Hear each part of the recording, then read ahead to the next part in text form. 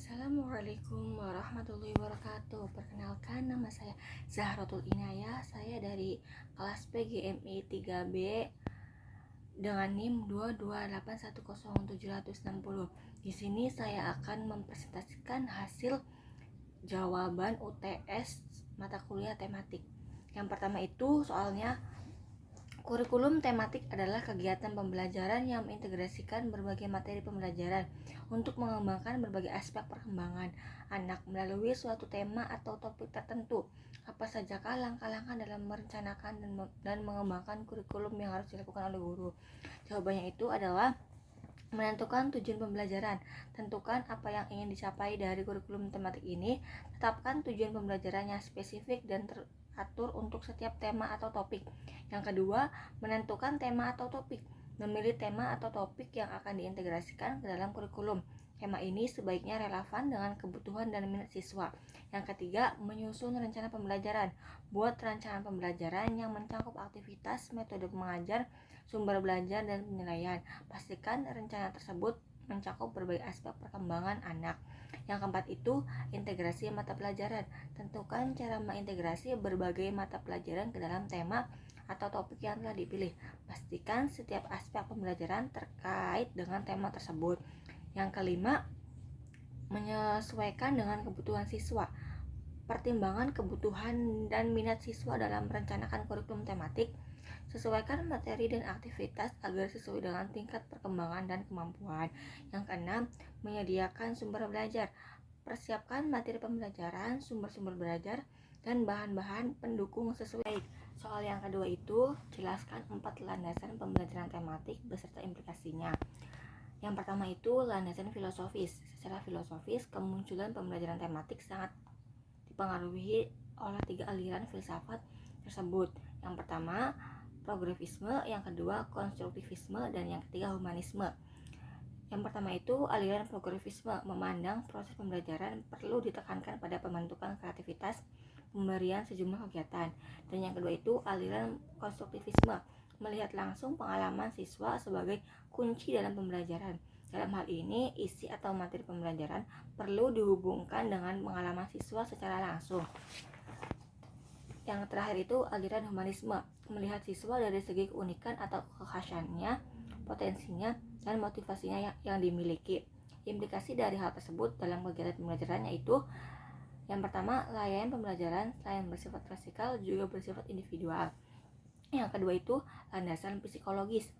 Psikologi diperlukan terutama dalam menentukan isi atau materi pembelajaran tematik yang diberikan kepada siswa agar tingkat keluasan dan kedalaman sesuai dengan tahap perkembangan peserta didik. Yang ketiga itu landasan yuridis. Landasan yuridis mengacu pada dasar hukum atau norma-norma hukum yang digunakan dalam mempertimbangkan, menilai, atau memusatkan suatu masalah atau perkara. Ini mencakup konstitusi, undang-undang, peraturan, dan prinsip-prinsip hukum yang terjadi pijakan atau acuan di dalam suatu sistem hukum. Implikasi landasan yuridis mengacu pada konsekuensi atau hasil dari suatu dasar hukum atau landasan hukum tertentu. Yang keempat itu landasan sosial budaya. Landasan sosial budaya merujuk pada aspek-aspek kebudayaan dan struktur sosial yang membentuk dasar bagi sesuatu masyarakat. Ini mencakup nilai-nilai, norma-norma, kepercayaan, tradisi, dan praktik-praktik yang mempengaruhi perilaku dan interaksi antar individu dalam suatu kelompok atau komunitas tertentu. Implikasi dari landasan sosial budaya itu mengacu pada pengaruh konsekuensi dari faktor-faktor budaya dan sosial dalam suatu masyarakat terbagi berbagai aspek kehidupan. Ini dapat mengacu bidang-bidang seperti kebijakan publik, ekonomi, politik, agama, pendidikan, dan sebagainya. Soal yang ketiga itu adalah jelaskan karakteristik pembelajaran tematik beserta contohnya. Yang pertama itu berpusat pada siswa. Karakteristik pembelajaran tematik dapat dilihat dari peran guru dan siswa. Dalam pembelajaran ini, guru berperan sebagai fasilitator yang memberikan kemudahan bagi siswa dalam melakukan aktivitas belajar.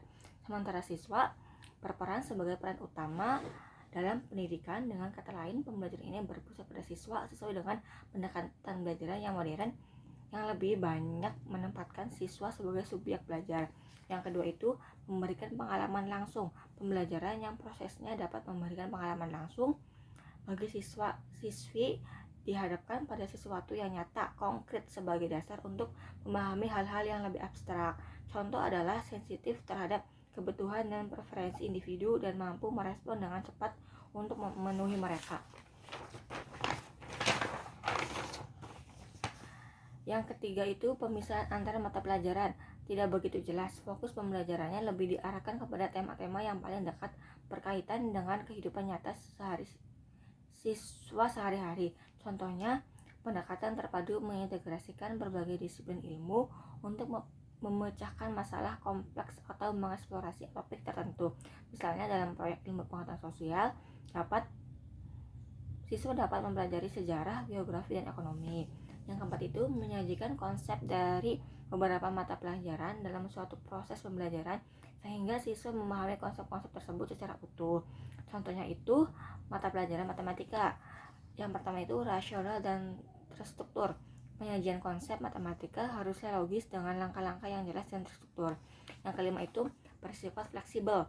Guru dapat mengaitkan bahan ajar dari mata pelajaran dengan mata pelajaran lain, bahkan dapat mengaitkannya dengan kehidupan sehari-hari dan dengan kehidupan siswa dan keadaan lingkungan di mana sekolah siswa-siswi berada. Contohnya itu adaptabilitas, mampu beradaptasi dengan perubahan situasi atau tuntutan tanpa kesulitan, berarti terbuka terhadap perubahan, mudah menerima ide baru atau metode yang lebih efektif.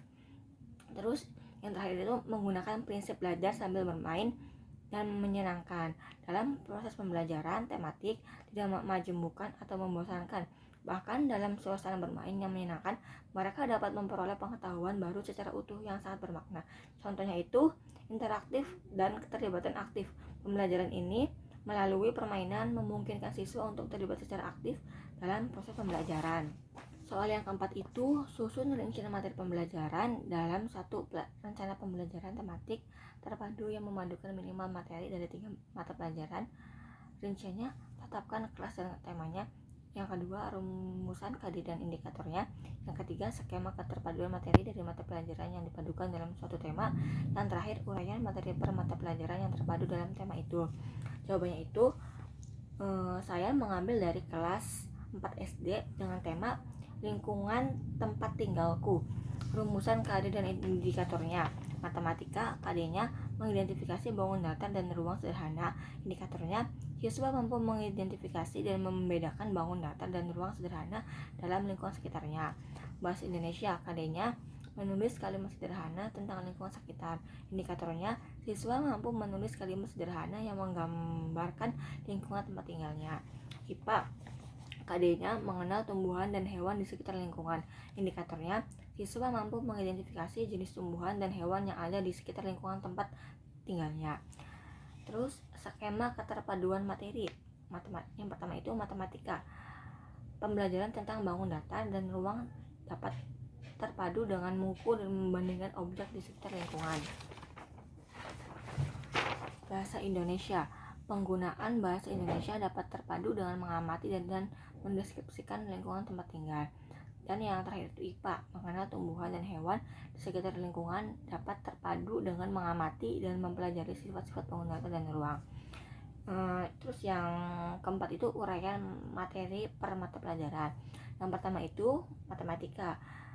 Yang pertama mengidentifikasi bangun datar, persegi, segitiga, lingkaran, dan ruang sederhana, kubus, balok.